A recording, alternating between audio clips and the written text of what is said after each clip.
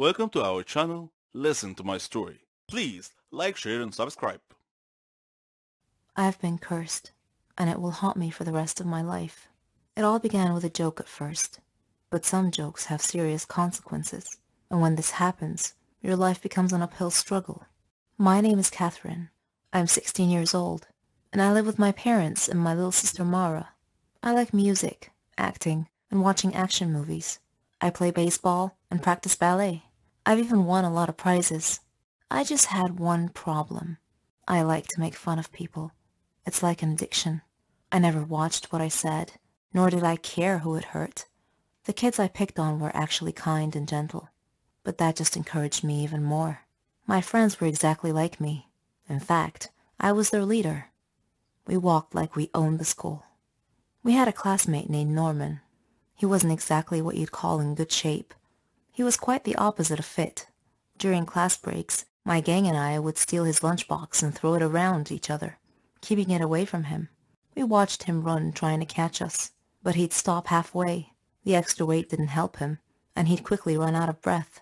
Whenever he entered the classroom, we would surprise him by throwing old, musty vegetables and fruits at him. Norman tolerated our teasing. He didn't seem to mind much. But then, one day, a joke went a bit too far. We conceived an evil plan. We told him that there was going to be a photo contest, and the person who makes the funniest pose wins. Norman was so gullible that he believed us. He actually gave it some thought. Then he posed for us. We did our best not to burst out laughing while we took pictures for him. The next day, when he came to school, Norman discovered that his photo shoot pictures had been posted all over the classroom walls, and the kids were laughing, writing comments all over the place. Norman was mortified, and he looked around at his classmates' faces. They were all laughing and pointing at him. Norman started crying, and his nose started bleeding. Then he fainted. A teacher had to call an ambulance to take him to the hospital. I certainly didn't expect that to happen. We knew that Norman would get so fatigued sometimes and leave school for the rest of the day, but we didn't know that he had a medical condition, and I felt deep regret. The curse that I spoke of earlier began when a girl named Naomi joined our class as a new student. On her first day, our teacher brought her in and introduced her to us. She sat at the desk, at the very last row. I noticed that she was always looking at me in a strange way, and I wondered why. She looked at me with disdain, and I couldn't figure out why. It was my first time meeting her after all. I avoided her, mainly because her looks made me feel uneasy, and whenever my gang wanted to make fun of her, I told them to leave her alone. I felt there was something about this girl. One day, during science class, the teacher had paired us up to do a lab experiment, and I intended to ask her about the way she looked at me. But before I could say anything, she took the initiative and surprised me by broaching the subject herself. "You will pay for what you did to Norman," she said coldly. I looked at her and asked, "How do you know Norman? And what are you talking about?" She replied, "It doesn't matter how I know. I just do." I spent the next few days thinking about her words. Afterwards, Naomi ignored me completely. No more staring, no more accusing looks. It was as if I no longer existed to her. I didn't understand her. Then came the day. We had a basketball match. It was the championship game, but I was still busy thinking about Naomi's words. During the game, I glanced at Naomi and caught her looking at me, which distracted me. One of the players from the other team suddenly bumped into me, knocking me down and causing me to land badly on one of my knees. The pain I was in. I had to withdraw from the game to be taken to the hospital. At the hospital, the doctor said that I had torn a ligament from my knee and told me that I would need a surgery and a lot of medication. So after going through the surgery, I began taking my medications. It caused me to gain weight, even though I wasn't eating very much, just vegetables and fruits. I asked the doctor about my sudden weight gain, and he told me the medications I was taking were affecting my hormonal balance, which rarely happened, but in my case, it did. He said that I would either have to endure great pain or deal with the overweight because it wasn't going to stop. So there you have it, guys. This is the curse that Naomi cast upon me, the price I had to pay for what I did to Norman. Eventually, I got well enough to take my final exams. When I arrived at school, all my friends took one look at me and started laughing. I was now their target, their prey. One of them said, "You're as large as an elephant." I'll lose weight once I stop taking my medications, I retorted, but no one was listening. I am now living in a nightmare, and I would like to tell Norman that I'm very, very sorry for everything that I've done. He was a dream, the future, or so I thought. But my love was cursed right from the start. Sounds a bit confusing, right? Let me explain. But first, I should probably introduce myself. I'm Carolyn. I was a dreamer. I dreamed of a good, warm, stable, successful life. I wanted a good job. And I wanted to travel around the world a bit with Helen. She was my best friend. We virtually shared the same dreams, and hobbies, and interests, and lifestyles. We've been friends since we were kids. People often thought that we were sisters. I did too, in fact. She even got jealous if anyone tried to get close to me. Every day, Helen and I worked a little more towards our dreams. Once, when Helen and I were traveling with some of our friends, we had a problem with the hostess on the plane. A gentleman intervened and cleverly solved our problems. His name was Danny. I liked him. A lot. I thought about him often. But whenever I talked to Helen about him, she told me that he was not as amazing as I seemed to think he was. Coincidentally, I met him again at a party of a mutual friend. We talked together till daylight. I told Helen about our encounter, and she expressed her wishes that my love story would have a happy ending. I similarly told her that I hoped she would find the love of her life someday too. Everything would be okay, we figured. Then, one day, I received a letter in our mailbox. It was in weird handwriting, as if the writer had written it with a trembling hand. I opened it curiously. It said that my love for Danny would become a curse if I didn't give him up and get him out of my life. What nonsense, I thought. Whose idea of a silly joke was this? I immediately called Danny and Helen to tell them about the letter. Danny laughed, but Helen was worried and suggested that I should be careful from now on. That same day, Danny had a horrible car accident, but fortunately he wasn't hurt. A detective investigating the case determined that his car brakes had been tampered with. In another incident, a car almost hit me, but it swerved away at the last minute. When I mentioned this incident to Danny, he tried to calm me down and told me to just forget about it. He gave me a beautiful bracelet as a present and proposed. We got engaged, and I couldn't have been happier. I wanted to show the bracelet to Helen, but somehow I seemed to have lost it. I couldn't find it anywhere. Anyway, when I told Helen about his proposal, she was thrilled for me. I spent days shopping for just the right wedding dress. I was so busy with preparations that I forgot all about the ominous letter. I went to the wedding hall early to make sure that everything was ready and prepared. Helen was helping me, and Danny kept calling me to make sure I was all right. Suddenly, the lights went out. I called out to Helen, worried that she might have tripped and fallen when the lights were out. When the lights came back on, Helen had fainted, and my dress had disappeared. I screamed to the ceiling, "What do you want from me? Leave me alone!" Suddenly, Danny appeared out of nowhere and asked me what had happened. I told him then and there that we must break off our engagement, otherwise the curse the letter mentioned might injure someone or cause someone to die. Then Helen came too and tried to calm me down. She told me to go to the car and that she would get our stuff and follow me. I loved Danny and wanted to marry him, but now I was seriously worried that this curse threat might actually be real. Helen came back carrying a bag and a large suitcase and told Danny not to worry, that she would drive me home and then call him to tell him that we had arrived safely. I was still crying, and Helen was trying to calm me down. When we arrived home, I noticed something strange. Helen was carrying a bag that was partially open, and I glimpsed a piece of clothing stuffed into it. It looked exactly like my dress. I opened the bag and found that it was my dress. I confronted Helen and demanded to know how my missing dress ended up in her bag. I clearly caught her red-handed, and she was unable to answer coherently. I realized at that moment that the source of the so-called curse was Helen.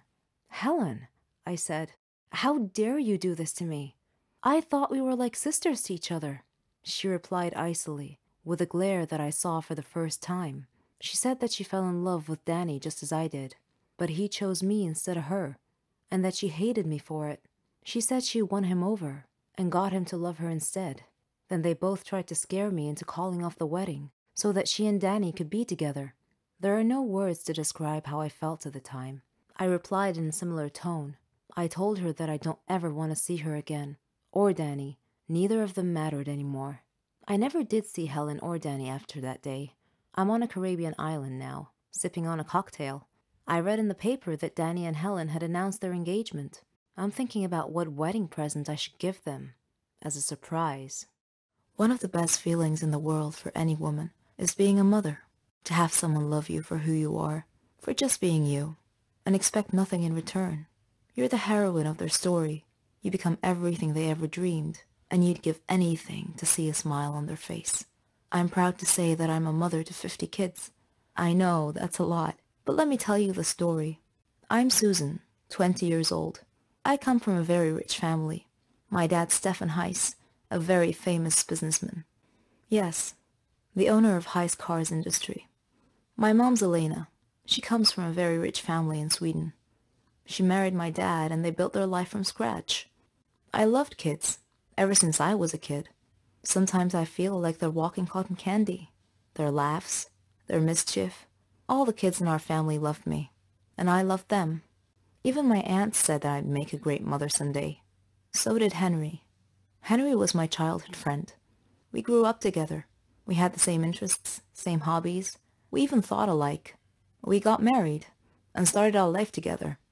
We were young, but our dreams were big. I was thrilled when I found out that I was pregnant, and Henry was so happy he couldn't believe it.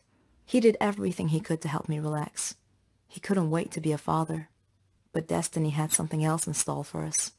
We had just arrived from Sweden. Henry had a problem at work. He was talking on the phone while driving at high speed on a dangerous road.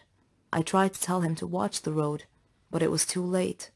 A truck came out of nowhere and pushed our car off the side.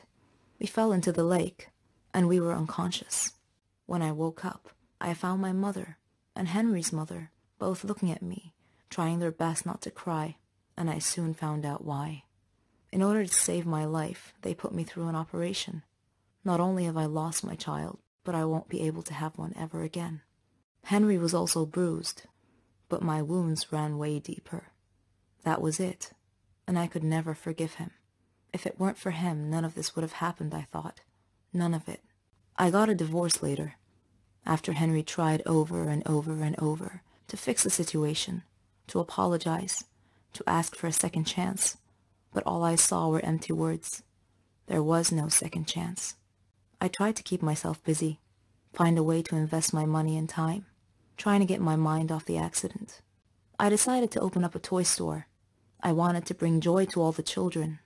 One day, as I was standing in my store, I glimpsed a small boy standing out front, looking at a toy. The boy was alone, about 8 years old, but that wasn't all. His clothes were patched up and looked more like rags. His face and hands were dirty, and he just stood there, looking at the doll, daydreaming. I found myself walking out to him, but when he saw me coming, he ran away. A few days passed, and that boy's gaze was all I thought of. Then, one day, I found him outside the store again, looking at a different toy. I moved towards him slowly this time, till I was right beside him. Then I said, "Do you like it?" The boy freaked out and tried to run again, but I caught his arm this time and said, "Don't be afraid. I'm Susan." The boy looked at me, terrified, and I smiled. He started to relax. He told me his name was Billy, and that he was 7, and that he lives nearby. When I asked him about his parents, he said he never knew them, that he lived with Uncle Max. I asked him who Uncle Max was, but he cast his eyes down and was nervous all of a sudden. He looked a bit scared. I got curious, so I took him home with me, let him shower, and prepared a hot meal. I told him that I'd take him home after he'd eaten. I asked him about where he lived. He was quiet for a second. Then he said he had to go, that his brothers and sisters were waiting for him. I asked him how many he had. "Around 50, he said. I was shocked. He told me that they all lived in a big room with Uncle Max. "But how is this Uncle Max able to look after you all?" I asked curiously. But he got nervous again, and he insisted that he must leave, so I decided to take him there. Maybe it'll help clear some of the mystery, I thought. I drove, and Billy was guiding the way. Until we got there. The place was a bit far from all the other houses. It looked more like a dump, with some sort of shack built on it. A man was standing in front of the door, holding a kid by the arm and beating him senseless. The boy was younger than Billy, and Billy was shaking next to me, mumbling to himself, "He's gonna hit me too. I'm so late." Then he turned to me and said, "Bye, Susan. You have to leave now, quickly." And then he ran towards the shack. I backed up the car and stood nearby to see what happens. The man hit him hard across the face, and I heard him say, "Where's the money you stole today, boy?" Billy turned out his empty pockets, and the man dragged him inside by the collar. I wanted to help, so I decided to call Henry, who was more than happy to answer my call. I told him what had happened, and he came to me. We approached the shack together slowly and looked through the window. A lot of children, ages from 3 to 7. The place was a real dump. The man was sitting at a table. It had food and drink. Billy was dragging a heavy sack on the floor, and another kid was carrying a cup to bring to the man, who snatched it out of the boy's hand. Then he got up and started waking the rest of the kids, telling them to get out there and bring him money, that they would face a real nightmare if they didn't. I wanted to barge in, but Henry stopped me. He called the police instead. The police came quickly, and they caught the man. Apparently, he kidnapped these children from parks and surrounding areas, so they could steal for him, and he would starve them and beat them. The police didn't know what to do with all the children, and I felt like this was my second chance. I told the police that I would build a home big enough, and I would take them all in, to give them the care and love that they deserve. And that is how I became a mother to 50 kids. I adore my family. I adore our get-togethers, our joking around, our meals, everything. I can't imagine my life without them. But one day, I almost killed them all. No, I'm not insane, I assure you, so don't worry. I'll tell you what happened. My name is Ginger. I'm 18 years old. As you can see, I'm wearing an apron. This is because I love to cook. I like all things kitchen-related. My happiest moments are when I see my family eating a meal together. I always cook for them. They enjoy it too, and they support me. They let me try different dishes from different countries. I like to listen to their opinions about my cooking skills. I'm also addicted to cooking programs. One day, my cousin Charlotte came to visit, before Thanksgiving Day. She likes to dress all in black, and today was no exception. For some reason, she had called me earlier and asked me if I had ever heard of Thanksgiving's Day curse. I said no, of course, so she told me that the curse applied to large families who ate a big meal together on Thanksgiving. The curse was the result of an evil spirit named Vicky, who would possess the cook's body in some family's household and poison the whole family. She said that Vicky used to be a housewife who was a great cook and who loved her family, and yet she poisoned them all during Thanksgiving meal. She watched them die one by one, and then she killed herself as the grand finale. At first, I thought Charlotte was joking and trying to scare me, and I told her that it was nonsense, just an old wives' tale. But she said that every legend was usually based on facts. I paused for a second. That was partly true. I went to my room and searched the internet, and found the same information about the curse that she had relayed to me, which frightened me even more. Vicky was just like me, or was it the opposite? I stopped myself from getting deeper into this. I needed to focus on preparing the meal. On Thanksgiving's Day, my father bought some groceries, which included a white bottle of liquid. I presumed it to be milk, though it smelled a little weird, but I thought it was my imagination. My aunt called and said she would be arriving a few minutes later, so I had to hurry and finish the meal quickly. My finishing touch was dessert. It was going to be pumpkin candy. I prepared it using the milk that Dad bought. After everyone had arrived, I served dinner. We all sat down and prayed before the meal. Then, everyone started eating. Things were going well. Everyone was chatting merrily and complimenting me on the food. I was overjoyed, but somehow I couldn't shake this feeling that something was wrong. I looked at Charlotte, but she smiled supportively. Suddenly, one by one, the people around the table started clutching their stomachs and groaning in pain. The last thing I remember before I lost consciousness was my brother calling the ambulance. When I woke up later, I was lying in a hospital bed alongside all my family members, who who were also lying in the hospital bed. The doctor came in and reported happily that we would all be fine. Then he looked at me and winked. He also said, "Next time, young lady, I suggest not using white paint in your cooking."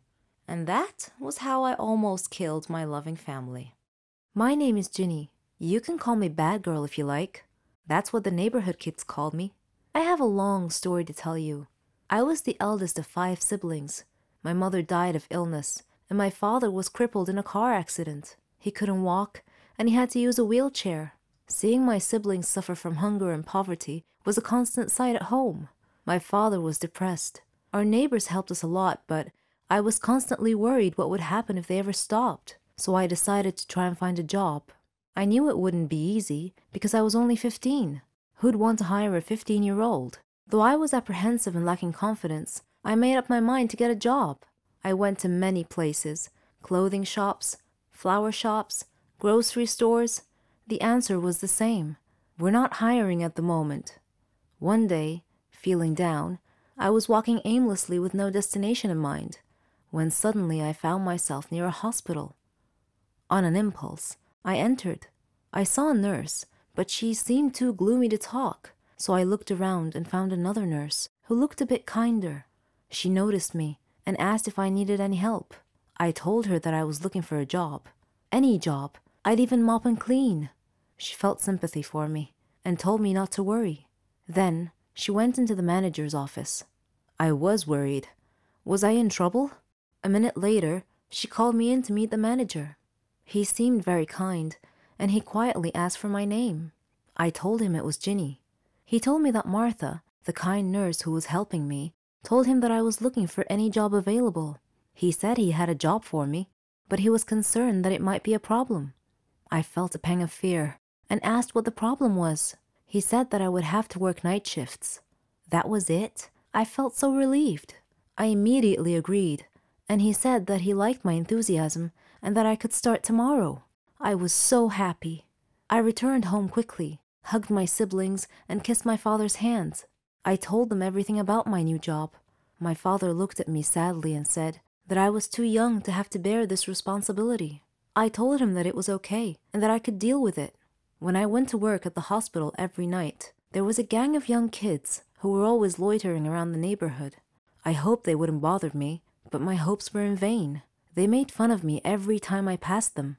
I never told my family about this, though. I began work as a cleaning lady, but due to my diligence and intelligence, I was able to learn a little bit about nursing. So, I was able to get promoted, first to nursing assistant, then to a nurse. My colleagues supported me a lot. Everything was almost perfect, except for the neighborhood gang that was always bothering me and calling me Ginny the Bad Girl. I wished they would just go away and leave me alone. Then, one day, a miracle happened. While I was working at the hospital, the neighborhood bullies came in, carrying their leader. He was badly injured. His whole body was covered in blood. They were shouting for someone to help them, and when they saw me, they pleaded with me to save him. I worked quickly with the other staff. His condition was serious. He had been in a terrible motorcycle accident. The staff and I worked feverishly to stabilize his condition and treat him. After stabilizing him, I was exhausted. Suddenly, I felt someone coming close. It was the gang. They apologized for making fun of me and asked me to forgive them. They said they didn't know that I worked at a hospital. I smiled and told them it was okay, and that I considered them to be my brothers and sisters. Another nurse went to them and told them that their friend was okay now. I was so happy that my problem was solved. They called me over to talk to their leader. He had tears in his eyes and told me that he was so sorry and asked me to forgive him. He was so sincere that I was moved. I gently asked him to be quiet and get some rest. As I was walking away, he called me and thanked me again. After that incident, the manager called me in and praised me for saving the patient's life that day.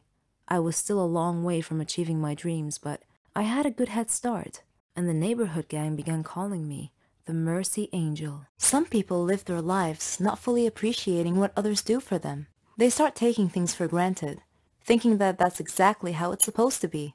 Parents sacrifice a lot for their children, and when the children appreciate and try their best in life, that would be worth more than any words can ever describe. My name is Megan, and I hope to inspire you with my story. I lived with my father and my sister Marlene after the death of my mother, who died from an illness. Though I was only 18 at the time, I became responsible for taking care of the whole family. I did everything for them: cooking, cleaning, washing. My father was a great man, and he did his best to make us happy. I supported both my sister and my father. We faced everything together. There was one more person in my life, my neighbor, Dave. We practically grew up together, and our dreams grew with us. He knew everything about our circumstances and supported me often. He proposed to me and we got engaged. Dave chose a flat near my family so we would be close to them. That was very thoughtful of him. We got married and started our lives. I was determined to finish college, and Dave helped me in every way that he could. He proved to me every day how responsible and considerate he was. One day, while cleaning the house, my heart started beating rapidly, and I couldn't breathe well. I was barely able to call out to Dave, who came immediately when he heard me cry for help. I had had this symptom before, when I was younger, but I never told my father, because I didn't want to worry him. Dave took me to the hospital, where a doctor said that I had a serious heart condition. And not just that, I was pregnant too. Pregnancy and a heart condition do not make a good combination, so we had to choose between the baby's life and mine. My father and Dave asked me to abort the child. Though they tried really hard to persuade me, I resolutely refused. I agonized a lot during my pregnancy.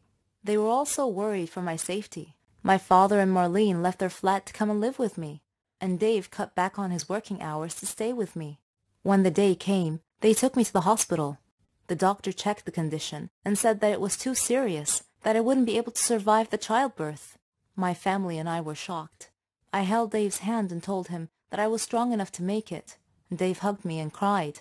I was so afraid, but I did my best to hide it. I said to my baby, "I'm trying the best I can. I'm fighting so that both of us could have a life. Know that I love you, and I know that you'll grow up to be very successful, but you'll also be caring and kind." Our feelings are always hard to control. We are humans after all. Sometimes we do things we can't explain, just because we feel that way. I had a student named Daniel, a sweet and innocent child. I was prepared to do anything for him, but don't judge me just yet. First, let me tell you my story. My name is Jolene. I'm a 21-year-old math teacher at a primary school. I live with my sister and my mother. My house was next to the school where I work. I love teaching, and I like teaching the students in creative ways. They loved me, and I loved them. Daniel was a special student, though. Our story began at the start of the new year. It was the first day of school. I missed all my students over the summer break. I missed them so much that I stood by the door to welcome them back. Before I started my first lesson, Mr. Smith, the student affairs officer, knocked on the class door, with Daniel hiding behind his back. Mr. Smith greeted the class and asked them to greet Daniel, but Daniel was too shy and didn't move. So I went over to him to take him by the hand, but he pulled his hand away, which embarrassed Mr. Smith. I asked him to greet his classmates, so he went and he stood in front of the class and he said, "Hello, I am Daniel." Then he went and he sat at the very back of the class. He didn't talk much with the other kids. He didn't like to interact with anyone. Daniel always looked sad, and I thought to myself, he's only 8. What could possibly have made him that way? I tried to get close to him, but he resisted all my efforts. Sometimes he looked like he was hiding some big secret, and later on, I learned what it was. One night, when I was surfing the social media, I came across a horrible news story about a jealous husband killing his wife and another man right in front of his son. The child had been none other than my new student Daniel. Reading that sad story, I started understanding why Daniel was acting that way. I decided to try brightening his life a little. Every day, I would buy a small present and put it on his desk. At first, it had no effect, but slowly he came to love that. During break time, I would sit beside him, and we would share food together. I would get him involved in class activities. On his birthday, I arranged a surprise party with his class, his grandmother, and myself. He was so happy that day. After the party, he hugged me and he told me that he loved me. I hugged him tightly. He was not just a student to me. I treated him like he was my own son. He told me that he wanted to call me mother, and that made me so happy. After his grandmother died, he came to live with me. We faced a lot of problems together, but I followed his success in life with pride. Daniel is all grown up now. He's graduating from the Faculty of Engineering.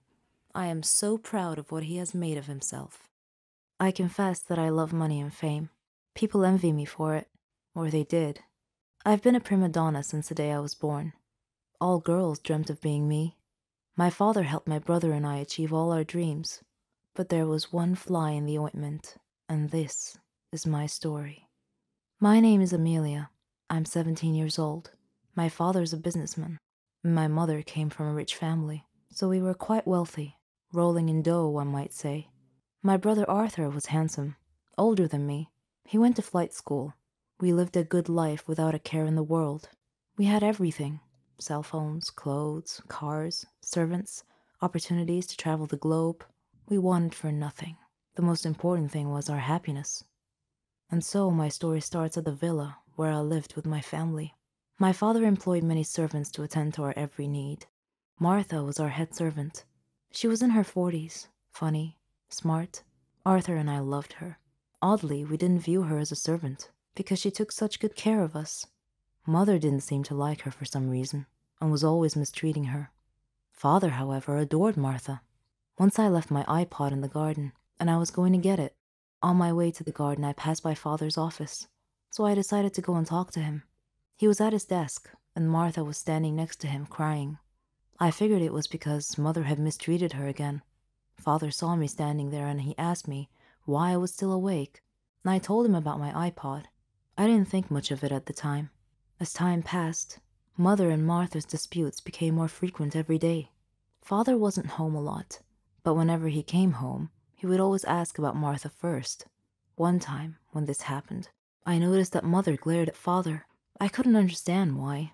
Father was often away traveling for long periods of time.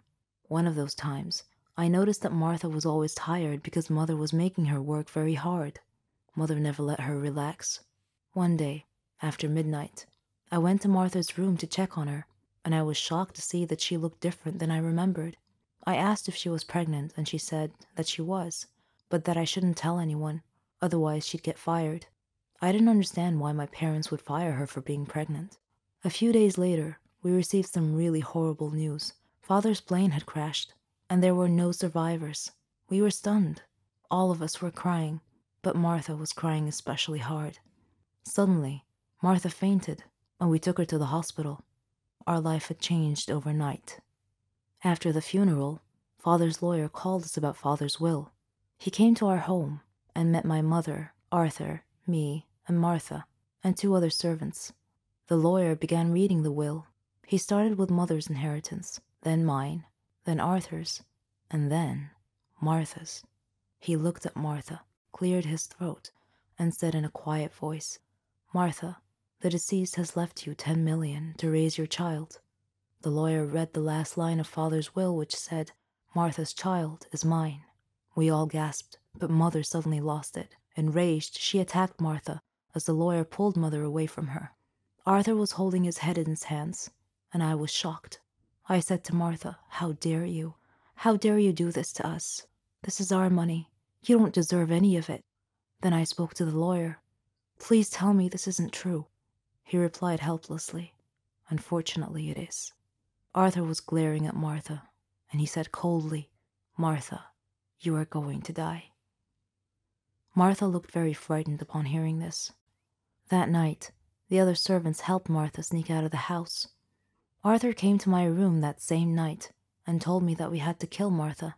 He said he knew where she was, and that her 10 million belonged to us. At first, I was hesitant to get involved. I mean, that was murder, but in the end, I reluctantly agreed to help him. The next day we made a call and hired a hitman to rid us of that disaster. Later we received a call from him. He said that Martha was no longer a problem. We smirked in victory. A few days later, the lawyer came by again. Before he could tell us why he came, we beheld a miracle. Our recently said-to-be deceased father was walking behind him with a servant holding a child.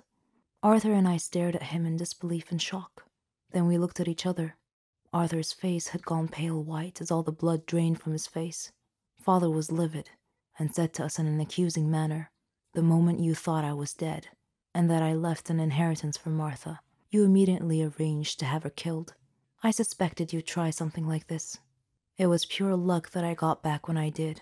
I missed my flight that day, otherwise I would have been dead now. So fortunately I came back early enough for Martha to call me and tell me about your death threat. When I arrived at Martha's place, she was already dead, but I called 911, and they were able to save the child.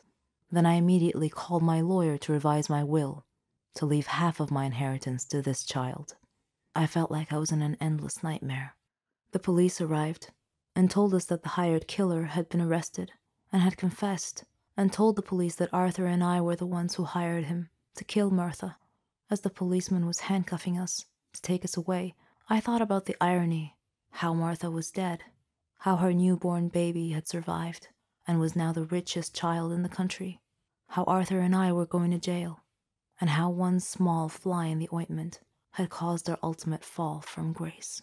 We lived with a monster who knew no mercy. He would hit and insult us all the time. I wished him dead on a daily basis. He would kick me out of the house often.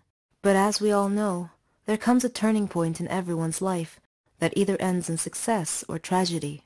Oh, I forgot to introduce myself. My name is Lara. I am the middle sister among 4 siblings. We lived with a cruel father, whose bad behavior had long erased any kind memories we may have once had for him. Our mother was kind, lovely, and responsible. She used to take care of us in every way, but she finally had to abandon us because she just couldn't take any more of father's abuse. I remember the scene vividly to this very day. There was a big fight between my parents. At the end of it, mother had opened the door while holding a suitcase. We were too young to understand anything at the time. She was crying as she turned and walked out of our lives forever. We were expecting father's attitude to change after that, but it didn't. He continued mistreating and ridiculing us every opportunity he got, neglecting us completely. He gave us neither food nor clothes, only a very small amount of money to fend for ourselves. What could we do? We had to live with the situation. He would often return home drunk at midnight. Scared, we'd stay quiet in our rooms. The only bright spot in our lives was our dear brother Philip. He was father's favorite son, which caused us to depend on Philip to get anything we need, like money or other necessities. Philip was so funny. He could make us and even father laugh. He had a way with father and could usually manipulate him to protect us a little. We all loved Philip. He was the only sunshine in our miserable, gloomy existence. One day, we woke up in the middle of a stormy weather. We turned on the TV and listened to the news. It said the bad weather had spawned a huge tornado. It was heading our way. They advised people to stay inside. We all looked at each other, knowing full well that our old worn-out roof could not withstand the tornado.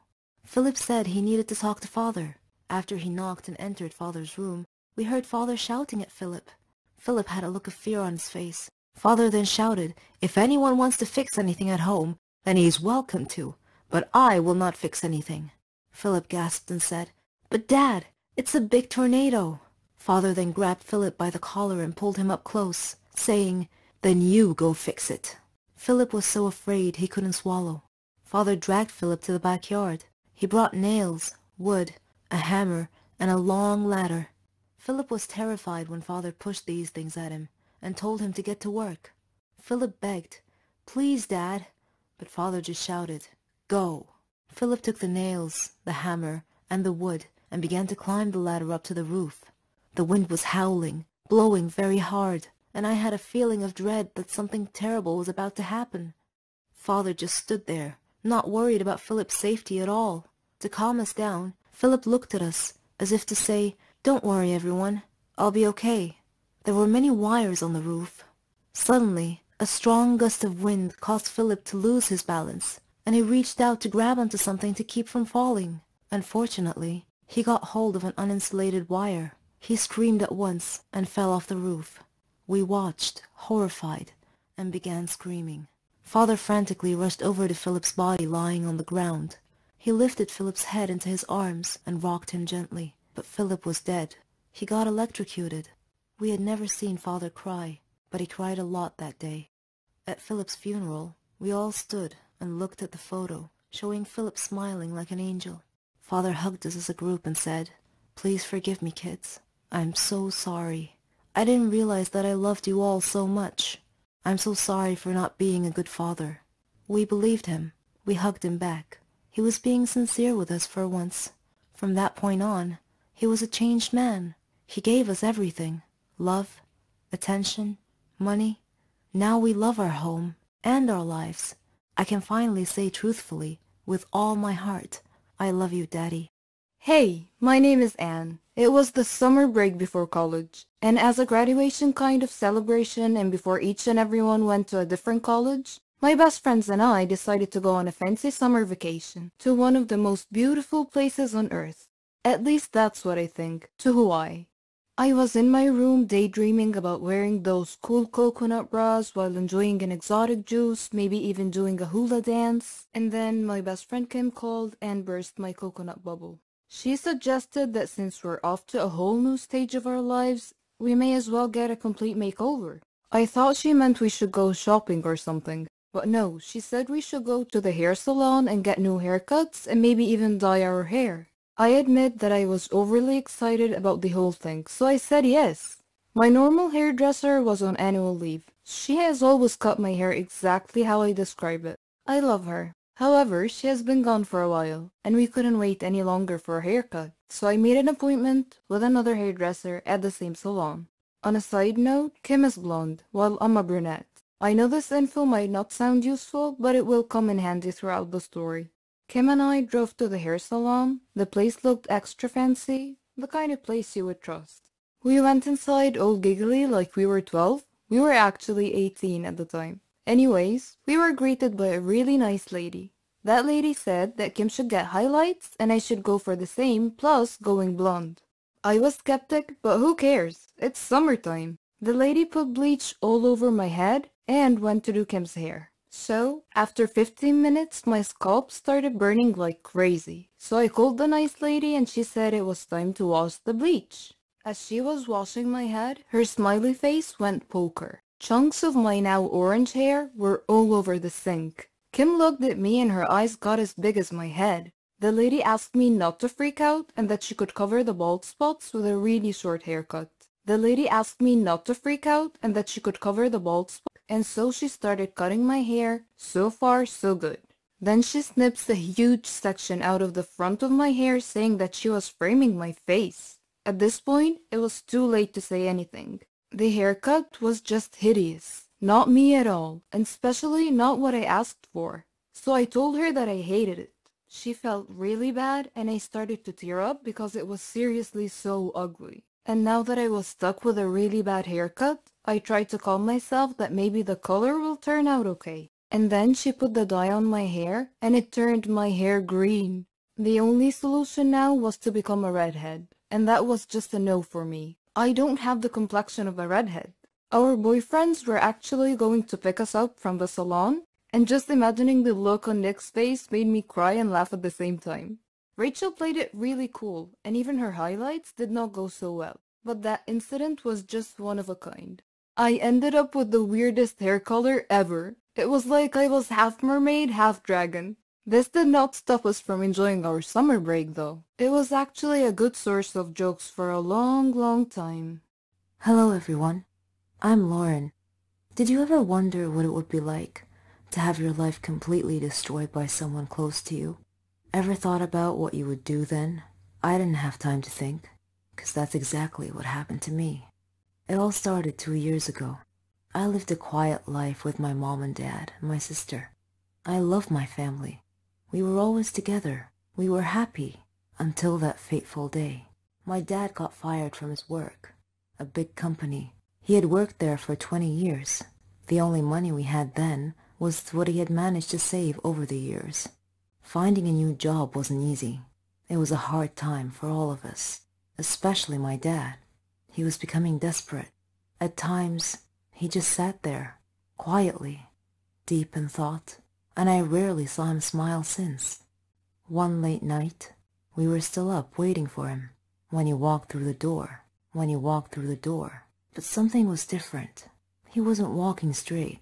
It was the first time in my life seeing him drunk. I decided to take matters in my own hand. I started job hunting. I was lucky enough to find something suitable at a startup company. The pay was good enough, and the more I worked, the more I earned. I was trying my best to get our life back. I was giving it all I've got. My dad started asking me for money. I was more than happy to give him what he needed. I didn't even ask what it was for. Then he started asking for more. He came late almost every night, and he was never awake in the morning. It seemed like we hadn't talked together for ages. Then, money started disappearing from my purse. I got home from work one night. It had been a long day, and I was really tired. I put my bag in my room, and I went to the kitchen to find something to eat. I made myself a sandwich, then took it back to my room. But when I got to the door, I saw a shadow moving inside. I thought everyone was asleep, so I opened the door slightly and looked inside. I couldn't believe what I saw.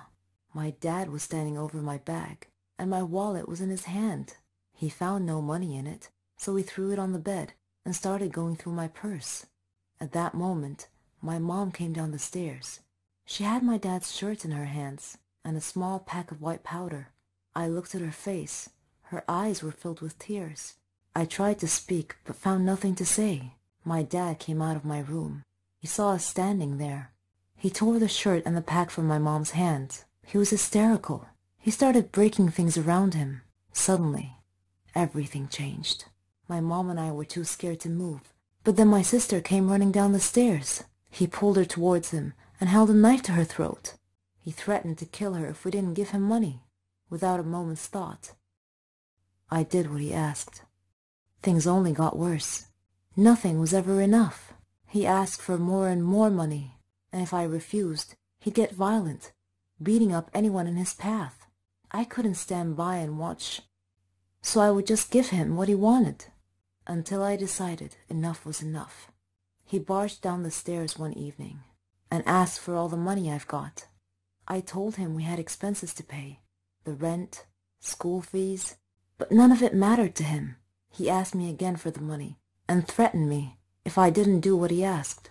I refused. He hit me so hard that I crashed my head against the wall and fell to the floor, bleeding. Everything went dark. My mom took me to different hospitals, and I had to do a lot of checkups and tests, but all the doctors said the same thing, that this was it. I was sentenced to live my life in darkness, never to see the light again. Bumping my head against the wall was one of the reasons, but apparently my psychological state played a huge role in my recovery. The doctors suggested that I'd be taken to a psychiatrist. My dad felt sorry for what he had done to me. He quit the drugs and alcohol, tried to be proper, but it was because of him that I was in this state. I didn't know if I could ever find it in myself to forgive him. I was torn inside. He was my dad, but I couldn't forget what had happened. I stopped talking shortly after, and he left, disappearing from our lives. No one knew where he was or what he was. A year had passed, and he came home. He sounded good, kind of like how he was before. He's trying to make up for what he had done. But to me, nothing he does makes a difference anymore. Kind of like how he was before. He's trying to make up for what he had done. But to me, nothing he does makes a difference anymore. I'm still in the dark. That's something I'm gonna have to live with my whole life. I can't change that. What do you think I should do? This is Tina, and this is a story about me and my biological mother. My mother is sitting in the cafe of a garden center, staring at her cup of tea. I'm over the other side of the shop looking at some strawberry preserves. I want to attract her attention, but the word mom sticks in my throat. I use it so infrequently. Instead of calling out, I just walk over and show her the jam. Ever since I left home 15 years ago, the relationship between my mother and me has worsened. In hindsight, it was never very good to start with, but it's taken 15 years of counseling and soul-searching to realize that. The fact of it is that my mother and I don't like each other much. We don't hate each other, we're just sort of indifferent. There, I've said it, indifferent. Saying it feels like committing some sort of crime. My mother and I live hundreds of miles apart. And in the case of most of my friends, this should mean that visiting home should be a time of joy and excitement. Instead, They are weekends of tense, polite conversation, both of us desperately searching for something in common to talk about. And that is usually what she's currently watching on television. As a 20-something woman, I'm constantly surrounded by reminders that my mom should be my best friend. Advertising aimed at my demographic features glamorous, youthful mothers going to the salons with their best friend daughters. Because it's all so alien to me, I tend to become a little bit fixated. I tend to look beyond the principal plot lines of films and become obsessed with the parts that involve a mother and a daughter for a large, loving family headed by a quirky matriarch. When the film Mamma Mia came out, I went to see it with a girlfriend for a bit of a laugh. It was mainly about love affairs between Meryl Streep and her exes. As I watched, I was as always bewildered by the apparently natural bond that mothers and daughters have on screen. Another film. It's complicated, again with Meryl Streep, has a plot that hinges on her post-divorce relationship with her ex-husband. But the highlights for me? The way her children clustered around her and the way she reacted when they all came back to visit. Though I know it's not just on screen. My friend Susie has the same exact sort of relationship with her mom. It baffles and fascinates me. They talk every single day, sometimes more often, and tell each other everything. I didn't have an unhappy upbringing. I wasn't a happy child, but that wasn't down to child abuse or neglect. I was well-clothed, fed, and I even had ballet lessons. I went to university, paid for by my parents, and I knew, and I still know, that there's always somewhere to stay if I need to. But my mother and I never had the sort of closeness I saw in my friends' relationships. They would go shopping or share secrets. They would tell their moms things about their lives. The one time I tried to ask my mother about her teenage years, she told me to mind my own business, and so I did. I grew up minding my own business, and she minded hers. I left home as soon as possible and met my now husband at university, and he quickly stepped into the role of best friend and emotional support giver. I made enduring friendships, most of which I believe to be unconditional. Most of my friends believe me to be a loving and caring individual, and I know I could turn to any one of them in an emergency, and them to me. Yet, I cannot remember the last time my mother and I hugged, even though I hug my friends all the time, and the very thought of it makes me cringe. My mother is the last person I go to in a crisis. She is certainly the last person to whom I would tell a secret or a problem. And if I'm honest, I don't need to anymore, as I have my own friends now. But my lack of a close friendship with her bothers other people a lot. When I say that I don't have a close relationship with her, they ask whether we fight a lot. But no, I don't recall ever having a fight with my mother. That would entail caring enough to bother.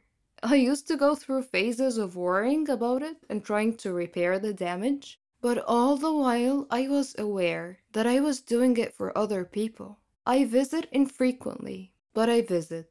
I do it not so I can see her, but if I'm honest, so her neighbors and family can see me visiting. A few years ago, before I realized I didn't care anymore, I called her up and asked whether we could sort it out. Her answer told me everything I needed to know. Sort what out? I stopped bothering from that moment on. Now my principal concern is explaining to people why I don't see her that often. And I feel guilty for not really having a good enough reason. My parents weren't divorced. My father died a few years ago. There has been no huge family dispute. There's no big skeleton in anyone's cupboard. Well, not mine anyway. I recently went to see a nurse for a routine appointment, and she asked a host of questions about my mother. Eventually, I had to confess that I didn't know half the answers. She asked whether I could find out. My heart sank as I imagined having to give away a detail of my life, such as why I was going to the nurse, to my own mother. Mother's Day is a nightmare. Trying to find a card that doesn't say my mother is my best friend or the best mother in the world or my heroine is not easy, let me tell you. Others try to fix it for me. Why don't you book a spa weekend for your mom? The very thought of my mother agreeing to or enjoying something like that is just laughable. Or they ask, why don't you go for counseling? This would be all well and good if she would ever condone the idea, but it implies a relationship that needs to be mended. Why does it need to be fixed at all? Were my mother a woman I had met on a train and chatted to for half an hour, she would be one of the last people in the world I would want to talk to for a further half hour. If she wasn't my mother, she would be someone I groaned about having to spend any time with. I simply grew up and discovered that I didn't like my mother as a human being. She's not like me. She's self-obsessed, not interested in others, thoughtless, and incapable of genuine warmth. She has no concept of giving love to receive love, and has never asked me a single meaningful question about my life or career. Some people might feel that I have a duty as a daughter to be there for my mother, that it's down to me to repair our relationship. But because of the way she's raised me, I don't feel there is a relationship to repair. I wish my mother no harm, and if she were in trouble, I would help her like a shot. But I would also be there for any of my neighbors and the old man who swears at people from the bus stop across the road. I don't believe in ghosts, evil spirits, haunted houses, metaphysics, etc. I only believe in science and facts. But sometimes things happen that shred all your beliefs. I want to introduce myself. I'm Lisa. I'm 14 years old. I live with my mom, dad, and grandmother. And they're all very proud of me. I'm the leader of the science club at school, and I've been the perfect student for the past 2 years. My hobbies are reading, watching educational videos, and learning. I like to discuss matters with rational people, not those who believe in myths, aliens, ghosts, and other such nonsense. I personally think these people have mental issues. One morning, my grandmother passed away. I was sad for a long time because I missed her so much. On the day of her funeral, the whole city must have come to say goodbye. While the priests were praying, I noticed something peculiar about one of the graves in the graveyard. After the prayer ended, I approached the grave in question to investigate. There was some weird writing on it. Then, a wispy, transparent, smoky figure appeared out of nowhere. It said to me, "Do not get closer to Donna Median's grave. Beware." I shivered slightly and asked the apparition who Donna was, and it replied. Who was she? She was an evil witch who liked to scare people. She was burned at the stake as a witch, but before her death she swore a curse that if anyone ever approached her grave, her ghost would haunt that person to the day they die. I did not laugh at the apparition's warning. Instead, I turned and returned home, thinking about what had happened. On a sudden defiant impulse, I decided to visit that grave that night to see for myself if the curse was real. I took my dad's flashlight and wore a raincoat. It was pitch black outside. The place was horribly unsettling at night, but I wasn't worried at all. It's not like it was real, right? I entered the gate to the sound of howling dogs and meowing cats. My blood ran cold, and a sudden chill ran through me. I turned on the flashlight and began searching for the grave. My hands were trembling so badly I dropped the flashlight several times. Sometimes I would step on something crunchy, and I would shine the light downward, only to see that I had stepped on an insect. Sometimes I'd see a cat here and there. Then suddenly, I heard an eerie sound close by. I froze, not daring to move. Slowly, I pointed my light towards the sound, and gasped as my light illuminated a dark, shadowy figure. It was about my height, and dressed all in black. I spun around and fled as rapidly as my faithful feet could carry me. I dove into bed, but I didn't sleep at all that night. I even left the lights on. The next day, when I woke up, I asked my dad if graveyards had ghosts, and he wondered why I would ask such a question. I was embarrassed and laughed to hide my fear. I told him that I was just curious. That was all. Dad looked at me suspiciously, but continued. I've heard stories, he said, that some people have seen a ghost of a girl from time to time beside Donna Median's grave. I felt my heart sink, and I asked slowly, "Is she about my height and dressed in black?" He replied, "Yes, that's how I've heard the ghost described." "How in the world did you know that?" I looked down casually and answered, "Oh, I read an article about it on the internet last night." My head hurt just thinking about this ghost thing. I made up my mind to prove or disprove it once and for all. I called my friend Laura and persuaded her to come with me to the grave.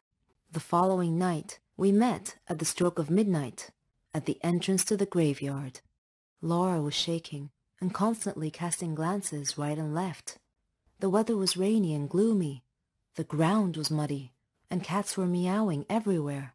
It would have made the perfect setting for a supernatural horror movie. While we were looking for Donna's grave, flying bats would occasionally startle Laura, causing her to scream alarmed.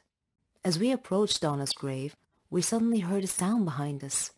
We both turned around at the same time and screamed. A ghost was glaring at us.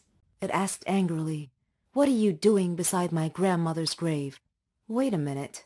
Are you girls?" She uncovered her face, revealing that she was just a girl, and a beautiful one at that. She told us that her name was Carmen, and asked me to turn off the flashlight, 'cause it hurt her eyes. I did. Then I asked, "Who are you?" She replied, "I'm the 5th grandchild of Donna Median, the poor woman in this grave, who has been wrongly accused." We both whispered back, "Wrongly accused?" She continued saying, "Yes. She was a victim of the Holocaust during World War II. Afterwards, she became a simple doctor who treated people who were afflicted with epilepsy. As usual, there are always some small-minded superstitious people looking to make trouble for others. They accused her of being a witch because they considered epilepsy to be a disease caused by a demon's touch. I come here every day to put flowers on her grave. People have mistaken me for a ghost because I only come at night. I don't want people to know I'm related to someone they think to be a witch. I don't want to be shunned, scorned, or gossiped about." I tried to comfort her and calm her a little by saying, "Don't worry, Carmen. Your grandmother's spirit may be able to rest in peace if you tell people the truth now. We live in more modern times, and there's no need to worry. I won't tell anyone about you being the ghost. It'll be our little secret." Carmen laughed. She and I became good friends after that. Ever since that day, whenever I hear someone talking about ghosts, I just look at the photo I took of Carmen and I break out laughing.